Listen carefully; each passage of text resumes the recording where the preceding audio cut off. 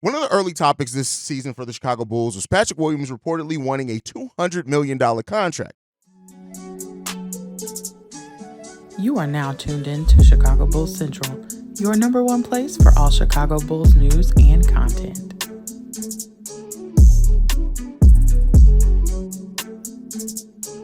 While I always doubted their claims and reports of that number, I want to talk today about how Patrick Williams' play has likely got him a little bit more in that extension that was already likely coming this summer. We're going to talk about that, plus preview the game against the Philadelphia 76ers and dive into the mailbag. All that and more right after this. What's going on, Bulls fans? Welcome to another episode of Chicago Bulls Central, your number one spot for everything Chicago Bulls related. I'm the host here, Haize, but more importantly, you guys can follow the channel at Bulls Central Pod on every social media platform we happen to be on. With that being said, let's go ahead and get into the content for today. And so I want to talk about Patrick Williams, right? Patrick Williams, who, I get it, Kobe White has definitely taken a leap.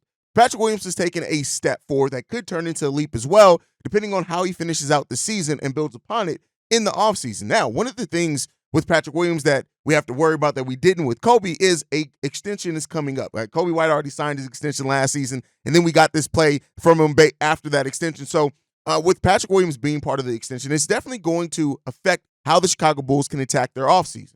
We've already talked about that the Bulls may just be priced out of keeping a player like Andre Drummond, which is why you may see them like go after a player like Adama Sanogo and things like that. We'll see what they do in the draft this year. But there's definitely, at the end of the day, the Bulls are a team, because of our ownership, that doesn't pay the luxury tax. Every year we get closer and closer to that. We got some contracts coming off the books. We got some things that we can do. Could change with the Zach LaVine trade depending on what they get back, things like that. And also, if DeMar DeRozan is extended. But right now, Patrick Williams is probably going to be one of the first decisions that the Chicago Bulls make this upcoming offseason. And it could end up like Kobe and Ayo Dosunmu, for that matter, where they get their money early in free agency. They don't really meet with any other team, something like that. Or it could play out much like Zach LaVine's initial restricted free agency here, where Patrick Williams goes out and gets his deal from another team.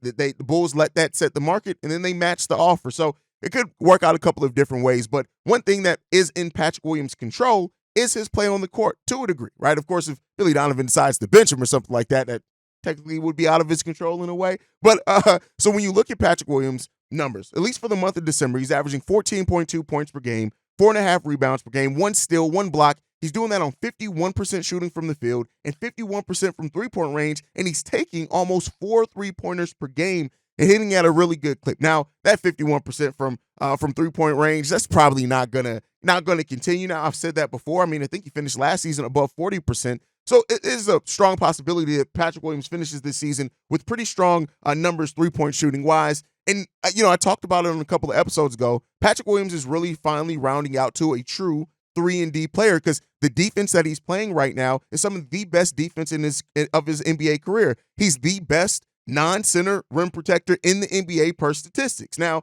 we want to see that be a little bit more impactful at times, but he's doing it. He's also increased his points per game from last season, where he averaged 10.2. He's only averaging 10.3 right now, but it's still a young season. His role has increased, and with his level of play, I would not be surprised if Patrick Williams finishes the season averaging between 12 and 14 points per game on solid enough rebounding numbers, solid enough block numbers, and steal numbers as well. So the Bulls are going to have to ask that question for Patrick Williams, who initially got benched. He got benched for 10 games. He's played in all 33 games so far, was off the bench in 10 of those, but he really now has a firm hold on that starting power forward position, even with Torrey Craig being out. But I still think if Torrey Craig was in, we're not really going to be looking for Torrey Craig to take that position with the way that Patrick Williams is playing. And so the Bulls have to ask themselves, what does that extension now look like for Patrick Williams? And we've kind of gone over other similar contract extensions for players that were drafted around Patrick Williams' range. Typically, they have a little bit more play, they're a little bit more impactful because they have larger roles on the team. But you're looking at probably, I think, for Patrick Williams, between $15 and $18 million per year. I just think that that's the number. I know that's going to shock a lot of fans, and some people are still going to look at that number and say, dang, that's still a little too high for what Patrick Williams has given us. And there's credence in that thought process as well. But you got to remember, with deals out of your rookie contract, you're still not just paying for who they are currently. You're also paying a little bit for who you think they're going to become. And with Patrick Williams playing the way that he is this season, if that maintains and throughout the rest of the season, right, then you got a little over a half a season less to be played, then Patrick Williams more than earns that and is going to earn that trust into thinking, hey, this is a guy who could really take a true leap next season because he's laying the foundation, I always say, much like Kobe White did last season, of just doing the other things. And if that larger role comes in the offense, which we're seeing Patrick Williams step up and kind of take it, still 10 shots per game, right?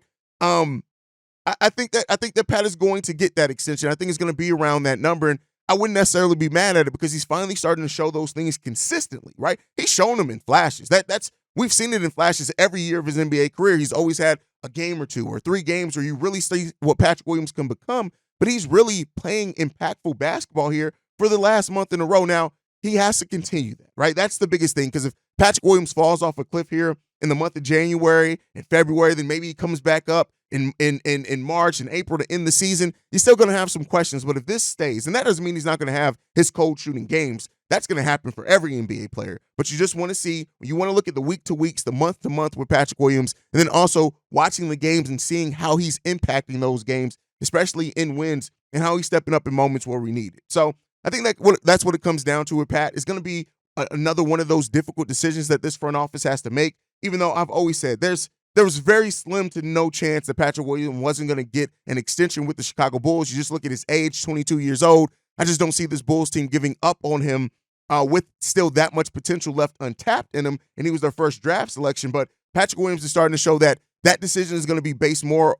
It's going to be it's going to be less based on just what he could be, and kind of more based on the fact that you're showing us what we want to see from you.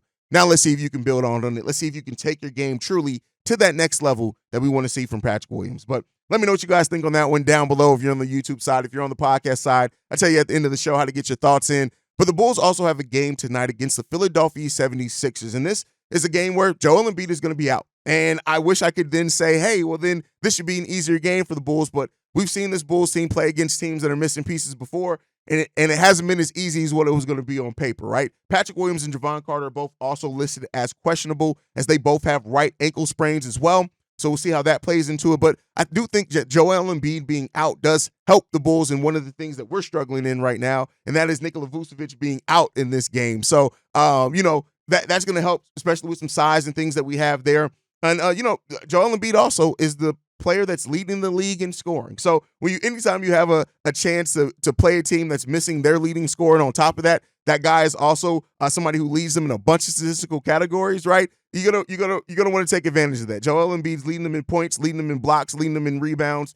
It steps into what the Bulls like to do. We need to be a team that's going to rebound the ball extremely well on offense and defense to get us out in transition, and then of course offensively to get us those second chance points where the Bulls really thrive at. And now moves Paul Reed and Mo Bamba to play. They just got Kenny Lofton Jr. as well, who's going to play some minutes for them potentially at that big man position, and the Bulls can take advantage of that, right? And with Terry Taylor, I know a lot of Bulls fans want to see Adama Sanogo. Heck, I want to see Adama Sanogo, but I think that with the run that small ball lineup went with, probably going to see a couple of more games of that until it completely flames out, and then Billy Donovan may go to Adama then. So this is the opportunity that the Bulls have, man. Kobe White versus Tyrese Maxey, got to see that in the last game. Kobe didn't necessarily play the best in that game, and so the Bulls need to defend again. Set that tone defensively. That is always when this Bulls team has the greatest chance to win games. Set the tone defensively. If you can set that tone defensively, things are going to really go well for the Chicago Bulls. Rebound the ball well. Get out in transition when you can, right? Based off forcing turnovers, those type of things. That allows the players to be really impactful. And this is a game where I am looking. I'm not just thinking that he can. I am looking for Ayo Dosunmu to make an impact today coming off the bench. Doesn't necessarily have to be offensively. Can be defensively, but Ayo Dosunmu right now is the best player that we have coming off the bench with all the injuries and things that we have and players out. So Ayo Dosunmu has to make an impact basically for the Chicago Bulls off the bench. That can be defensively. That can be offensively. It can be a mixture of the both, but we need that. And then can Kobe White get out of this shooting slump? I know he's dealing with the wrist injury that definitely can affect the shooting, but reportedly when this stretch started with Kobe, it could have gotten re-aggravated, things like that, but he's been dealing with that wrist tightness for a while now. And then Patrick Williams. This is a game where I want to see Patrick Williams. Nicholas Batum is also out in this game. That means you're going to see a lot of Marcus Morris and Tobias Harris in this game as well. And those are matchups I want to see Patrick Williams take advantage of. And if they put Robert Covington on him, come on, Pat. We got to cook, right? We got to cook. And tomorrow is going to be highly important for this game as well. Don't be surprised if they put a mixture of Melton and Tobias Harris on him at times. And you can't allow Kelly Oubre Jr. to come off the bench and kill you 3-point shooting wise. You cannot allow that. So those are things that the Bulls need to do in this game. I think that we know that they have the capability of doing it. It's just will they do it is the question there. So, if the Bulls come in, they have a better game plan, especially defensively. They execute offensively and can shoot the ball at an effective rate. And I'm not even just talking about threes, but those can help as well. The Bulls can definitely win this game, but, they can't come unprepared. You cannot overlook any team, no matter who they're missing. At this point, the Bulls cannot do that. We need to play with that heart of Chicago that we've seen from this team, and if we do that, it's going to be on point. But all right, let's go into we're going to get into the next stage of the episode where we actually get into your voicemails. This one's for Michael Korn. Hey, what's up, Haize? I think there's a 75% chance Zach LaVine stays with the Bulls all season. Hey, thanks for dropping the pod you did yesterday about Zach LaVine on his injury update. The reason I think it's 75% that he stays with the Bulls is not just the reports that there's not a trade market, and I think, those reasons are, easy to see. But I've been thinking about this with if you're Zach LaVine, how happy are you with your agency? They should have just really shut up and not said a thing, instead of his name getting, really, I don't think, have we seen players like that who just, they've requested trade, except like a James Harden, and their value just spirals downwards. I would be pissed off at my agency if they were representing me and now they're floating like, hey, we'll just go for Dejounte Murray, and I believe he's another player who's in that agency, right? But anyway, so the question becomes for me, or for Bulls fans, and for the team, Zach LaVine is, if he does stay, is he capable of doing the things we want him to, and not overshadow all the progress we've seen? I think to do that, I would be stoked if he comes back and we see the best of him and he fits in really well. May want to have him fire his agency first, but if Zach LaVine shows the love and the hustle, man, then Bulls could, he's got great talent, and, the Bulls pretty much have to, sleep in the bed they made by paying him that salary. But maybe he's thankful for his agents. But it just seems like it's been farcical that his values plummeted. And but anyway, looking forward to the game on Thursday against the Pacers. Go Bulls, man. See you, Rod. Hey, thanks, Dave. 75% chance that Zach LaVine stays. That's a high percentage there, Mr. Korn. And I think that becomes more and more likely, right? That every day that goes by, I just think it becomes more likely. I know right now he's injured and he's not playing himself in or out of a trade or anything like that, but it just becomes more, it just feels like it becomes more likely, right? And should Zach LaVine be upset with his representation? Maybe. When it comes down to it, Clutch Sports has had such a chokehold on just dictating the player empowerment movement almost goes hand in hand with the rise of Clutch Sports. And eventually you're going to see teams fight back against that. I'm not saying the Bulls are necessarily trying to. I think the trade market more so is one thing that's getting that, but you may see a humbling to a degree, right? And I don't know if Zach should be upset with his representation if that happens, but at the end of the day, I just think that, it's the nature of the game. When you're moved is as important as who you're moved for sometimes. And right now, the questions around Zach LaVine around the league are legit and they're loud, and that's going to definitely affect the interest that's in a player like Zach LaVine.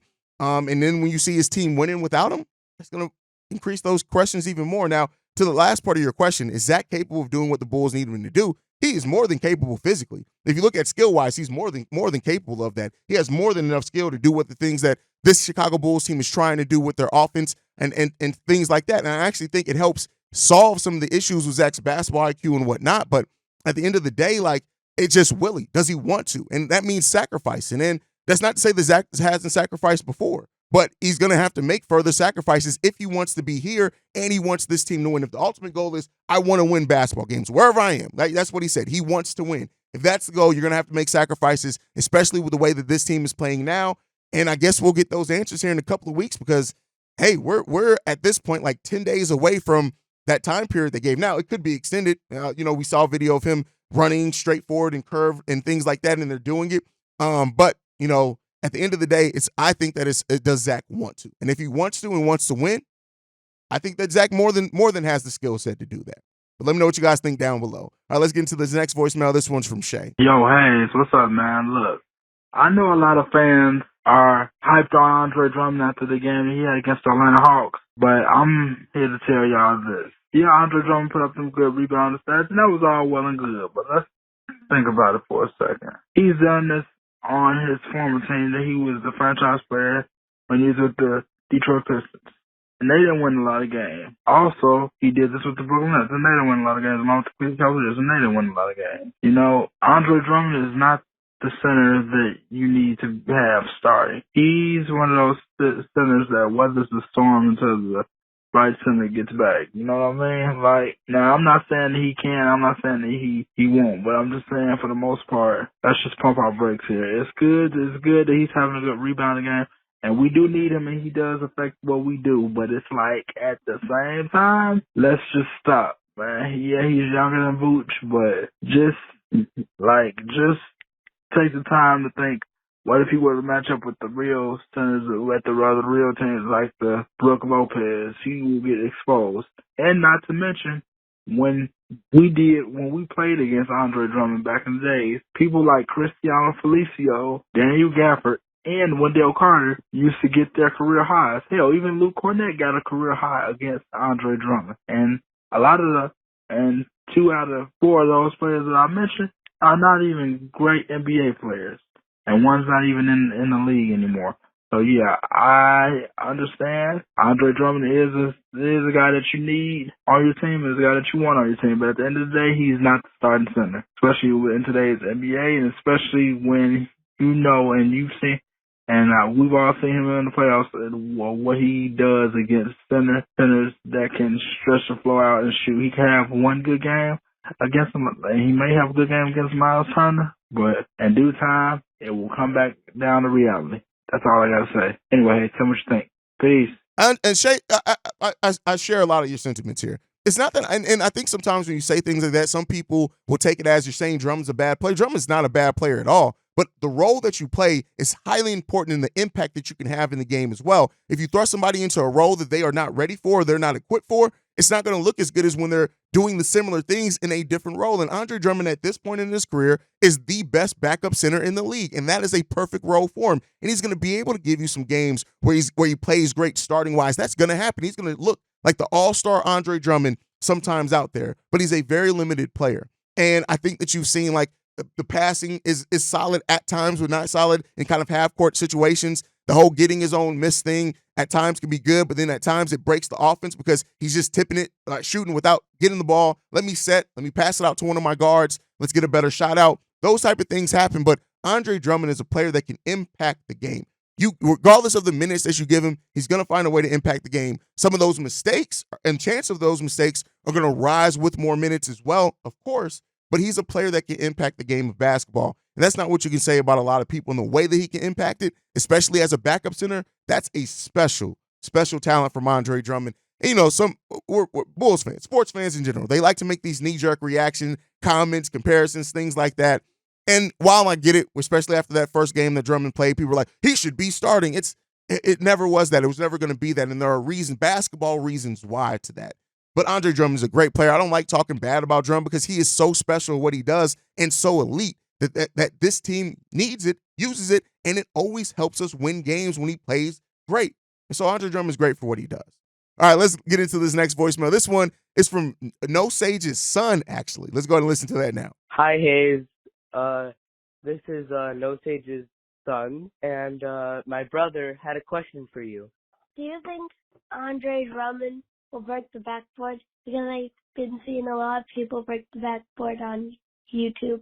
Bye! First of all, I love the fact that No Sage had a son call in. And who says that Chicago Bulls Central is not for the kids, right? Who says that? And just the live streams aren't for kids. Don't have your kids watch the live streams. With that said, though, will Andre Drummond break a backboard? That is a great question. Thank you for that. But a backboard hasn't been broken since 1993, and that was Shaq that did it. I think with the change in technology, things like that, you're not going to see a lot of broken backboards in modern-day basketball. But can Drum break a backboard? If he was playing in the 90s, oh, yeah, Drum would have a couple of broken backboards.